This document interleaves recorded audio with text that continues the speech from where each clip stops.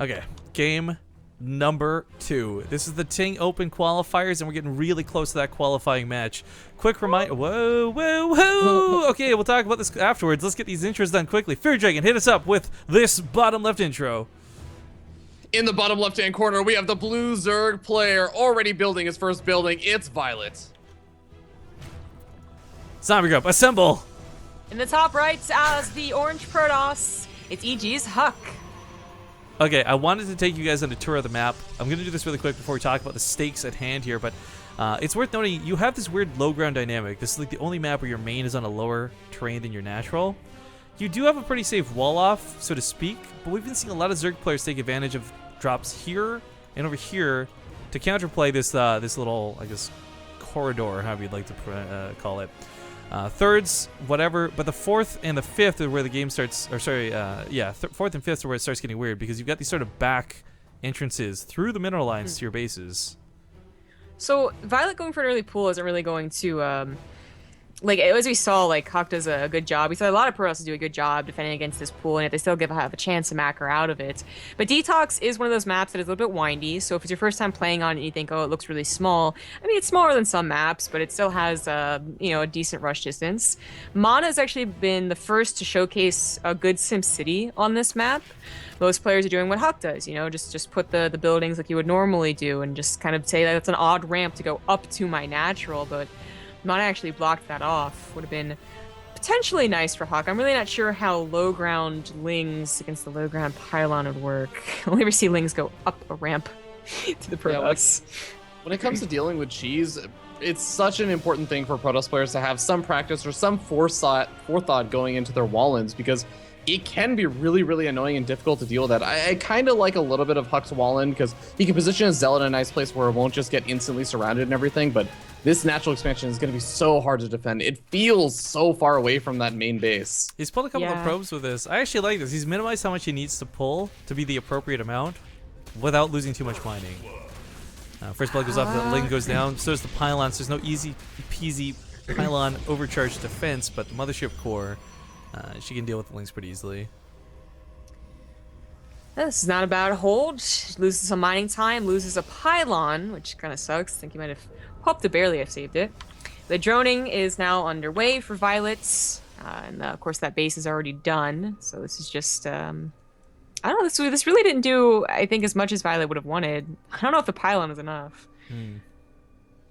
Well, now that we've had this simmered down and this didn't go to this crazy battle, just reminding you guys all about the fact that this tournament is brought to you entirely by TING. We haven't had a tournament entirely paid for by somebody else in God knows how long. It's always base rate TV money most of the time here on the channel. So that $5,000 prize pool comes entirely from TING. If you want to really thank them, make sure to go check out this link, bttv.ting.com. It links towards their site. You can get $25 in credit upon visiting, and it lets them know that you came from us. Because $5,000 for a tournament is awesome, but what's even better, other than this donation, is the fact that they've said they want to do more in the future. Terminator 101 donates $20 and he says $5 to nerf Zerg and $15 to nerf Terran. It's like an infested Terran. It's like an infested Terran nerf, I guess. Go Terminator! I am all on board for that. It's an angry Protoss. That's what. Yeah, actually. So good deduction skills, Zombie Grove. Speaking of angry Protosses, I kind of want to know, like, you guys have seen a lot more of this map than I think a lot of other people have. How do you feel about, like, the Adept harassment and the Adept pressure on this map? Not nearly as good as the Ling pressure. It's basically the way that it goes. I don't think we've seen, of the 2 or 3 ZvPs that we've seen, I don't think we've seen the Adept run in at all. Yeah, it actually or ends as up, much. It ends up just playing a long game, like less about the little pokes in her ass. The coolest thing we've seen, of course, was the terrain being taken advantage. Mana with Tempests, and of course, I think it was like Major with Siege Tanks over this base. Chilling away at the gold that I think is all too tempting for most Protoss. But I think the raffle's finished. I gotta go draw the winner. So Zombie, while these units walk, can I get a countdown from not 4?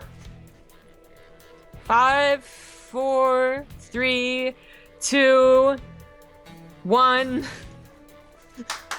Did you temporarily forget the number? Why I always neck? mess with Rifkin. Y_neck, and he's a subscriber to the stream. He bought the maximum amount of tickets possible. Congratulations on your copy of XCOM 2. Contact our head moderator, Mr. Boris Makarov, to win or to receive your prize. And shout out to Mr. Boris Makarov for using our sponsors G2A to buy that game for the giveaway. Nice. So we have the third base underway for HuK. Quite a few lings actually on the way too. That's important to note. Detox, its third base does have 2 ramps, not just the one. Oh, these depths. Gotta be a little careful. Yeah. They expect roaches in the middle of the map. Nobody Can't slips blame past them. them. Slips past them. I really like this because like not only is he slipping past them, but he's also just delaying any of these roaches from putting on the aggression that they wanted to. He cancels, and funny enough, viOLet didn't have overlords to see that. So he's actually heading back home expecting the adepts to be like, wait, where are they? What's going on here?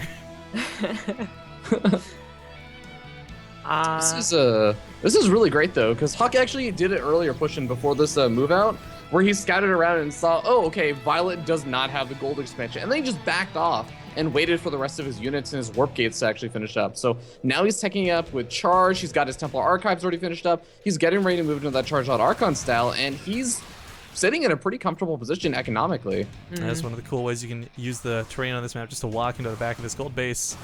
Absolutely. There's also the high ground on this gold base too. More abusable by tank drops as well as Ravager shots like a ZvZ. Fortunately, Protoss kind of get the short end of the stick as they have kind of done away with Colossus, but certainly abusing the back vents here was a good move by HuK. And try and escape as well. And cancel too and be safe, I think. The Resonating Glaive's actually letting him take out those lings rather easily. Even this one roach. Rip. Yeah, HuK is really, really abusing those adepts right now. He's doing such a great job with them.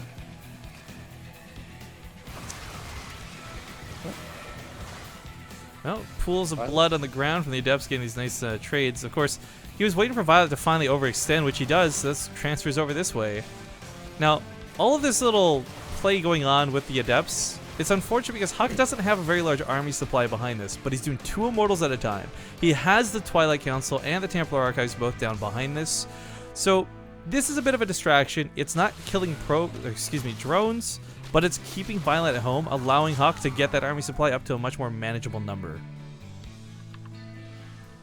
Also, it's worth noting this weird base layout does have a second ramp. I hope HuK has realized this because we actually, I don't remember if it was Mana or who it was, someone didn't.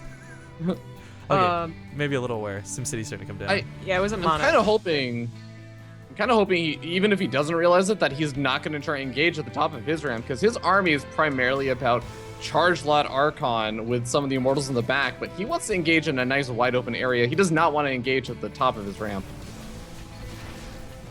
Well, it takes a couple roaches for free to start. That's not bad. Force fields can be broken by the corrosive biles, something to keep in mind here as well. And viOLet's getting ready to go for a Mutalisk transition again behind this. Maybe hoping to catch HuK off guard in the same way. Oh boy. Yeah, this SimCity actually, I mean, the pylons are absolutely fine, right? Like a lot of potent overcharges, but it does hurt the charge lot to get in here. A couple of free cancels on the gateways too. Time warp. He doesn't. I mean, the pylons died so quickly. Why would you use anything else? So he cuts out the retreat and the reinforcement path. This forces the roaches and ravagers to come towards his little concave he's set up on the left side. But this army supply just seems to be like too damn much. Yeah. I don't know what it is. HuK looked so good versus Hydra, even though he ended up still losing 0-2. But viOLet, a different beast, a different style, something. It's gonna go out here. You know what it is? It's just Zerg. Sure. Hashtag nerf Zerg. Yeah, of course. I mean, the choke here is actually making him take a much better engagement than I think he wanted to, or even expected, but having to give up the space, having to give up all those probes, this unfortunately is not going to go too well for him, and this is going to be his last life in this qualifier if he falls here. Well, DTs to the rescue. We'll see how effective they can be. Maybe if he also had like 5 DTs warped in on the other side of the map too, all going ham on the bases, but they got a lot of work to do to try and equalize this game. If only they had come so, a minute sooner, they would have been there for the actual beginning of the attack. A lot of free damage would have forced viOLet entirely off until they had an overseer, in fact. But even if he had fallen back, his Mutalisk transition might have been even bigger and stronger, as opposed to investing into any more roaches and ravagers. So 11, not too bad. 15, getting worse. Of course, HuK with that, no anti-air, it's going to be bad no matter how many mutas there are. But It's gonna get snowbally really soon. It's gonna get snowbally right now. I don't think It's it's already a snowball. I think it's like more a slab of ice that's about to smack HuK in the face. It's the Titanic, a colossal disaster. There are a couple of cannons, so he anticipated or he saw it with an observer or something, but there's just nothing he can do. Like, cannons aren't gonna hold enough, they're not gonna do enough. Now the nice thing is, guys, HuK still has another qualifier he can go through, and with players like viOLet potentially getting out, Masa already, I mean, Hydra, yeah, the next qualifier is going to technically be easier to play in. But the Immortal's standing their ground to the last. It's all of his army that he has remaining. The barriers pop, and that's going to be it. Haha, GG! Balance.